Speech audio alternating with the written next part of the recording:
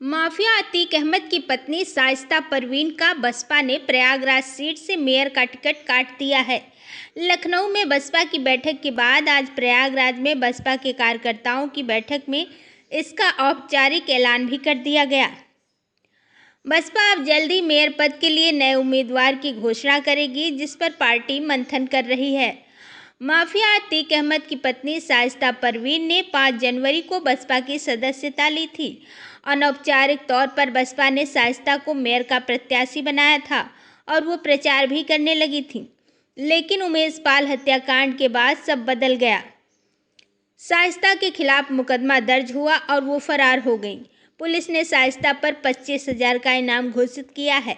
उमेश पाल की हत्या के बाद हो रही कार्रवाई से माफिया के परिवार का राजनीतिक सफर विराम लग गया है। अतीक अहमद 5 बार विधायक और 1 बार सांसद रहे और उनका भाई अशरफ 1 बार का विधायक है। राजू पाल हत्याकांड के बाद अतीक ने कई बार चुनाव लड़ा, लेकिन कभी जीत नहीं हासिल कर सका। माहौल बदला तो अतीक ने जतन करके अपनी पत्नी को AIMIM में शामिल कराया, फिर बसपा की सदस्यता दिलाई। मेयर का चुनाव शाइस्ता लड़ती उससे पहले उमेश पाल हत्याकांड हुआ और शाइस्ता भी आरोपी बन गई, जिससे साफ है कि माफिया अतीक के परिवार का राजनीतिक सफर फिलहाल विराम पर पहुंच गया है। कल सुबह फिर हमारी बहन जी से मुलाकात हुई और फिर थोड़ी सी चर्चा हुई, तो हमारे कुछ ऐसे सीनियर साथी, चाहे वो भाई हमारे लीडर साहब हैं, वो चाहे भाई राम कुमार कुशवाहा जी रहे, वो बहुत सीनियर साथी हैं, तमाम हमारे साथी भाई जो है आलोक चौधरी जी हो, विधानसभा के सचिव साथी, BBF के साथी, बामसेप के साथी, उपस्थित सभी सम्मानित साथी जो सेक्टर के पदाधिकारी हैं, विधानसभा के हैं, आप सभी सम्मानित साथियों का गौतम जी, भाई सोनेलाल भास्कर जी, अखिलेश गौतम जी, गुलाब पासी जी, जिला वाइज जो मीटिंग किया था हमने बताया था सभी जिलों में जाकर के। यहाँ का तो 3 को होना था, लेकिन बहन जी के आदेशानुसार फिर हमको मंडल की बुलाना पड़ा कि हमें एक वार्ड में एक घर हमें जाना है। पूरी हम टीम लगाएंगे और पूरी चौकसी करेंगे। एक भी हमारा कार्यकर्ता साथी वो फ्री नहीं रहेगा, मैं सबको लगाऊंगा, सबकी जिम्मेदारी फिक्स करूंगा।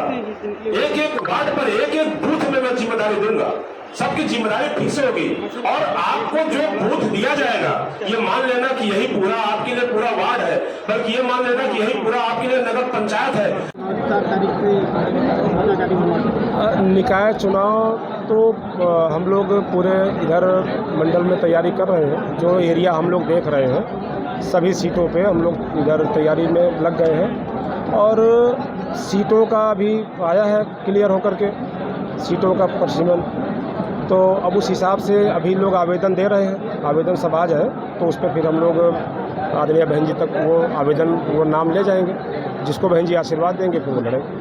जब महापौर के चुनाव में अतीक अहमद की पत्नी प्रचार कर रही थी महापौर उम्मीदवार के रूप में, और अभी वो फरार है, तो ऐसे में क्या उम्मीदवारी महापौर के लिए किसी को तय किया गया या फिर बोला जाएगा? अब ये बात तो आप ही कह रहे हैं कि वो फरार है, तो अब उसमें वो सवाल क्यों हमसे आप पूछ रहे हैं भाई? आप जी रिकॉर्ड में वो फरार है तो उसमें हम क्या बता पाएंगे भाई? नहीं, पार्टी ने कोई अरे भाई ये जो भी फैसला होगा वो बहन जी का फैसला है। अभी तो आवेदन आ रहा है ना, उनको तो पार्टी में शामिल किया गया था, प्रत्याशी थोड़ा ना घोषित किया गया था, उनको तो शामिल किया गया था।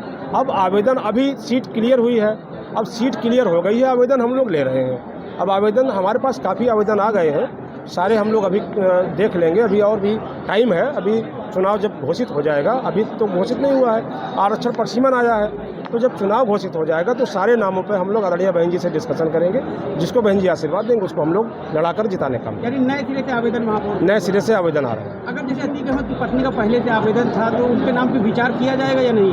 भाई हमारे पास तो नहीं है उनका आवेदन, हमारे पास कोई आवेदन नहीं है। सर, बहुजन समाज पार्टी के लिए प्रयागराज से कौन फिर मेयर प्रत्याशी होगा? अभी आपने सुना नहीं, हमने बताया भाई कि आदरणीय बहन जिसको तय करेंगे वो प्रत्याशी हो। आवेदन आ रहा है तो ये जानकारी मिल रही है कोई मुस्लिम चेहरा तलाश रहे हैं। भाई हमने अभी कहा है, आप लोगों ने सुना है हमारे संबोधन में कि टिकट मांगना सबका अधिकार है, तो टिकट मांगना सबका अधिकार है, तो आवेदन तो हमारे पास हर तरह के आ रहे हैं। शाइस्ता का आवेदन आया है? नहीं, उनका आवेदन नहीं आया। आएगा तो विचार होगा उनके भी। अरे भाई आप अब मैं क्या बताऊँ, हमने तो कहा है ना कि जो भी लड़ना चाहते हैं आवेदन दे, जब आवेदन आएगा तो फिर देखेंगे। ठीक है, थैंक यू।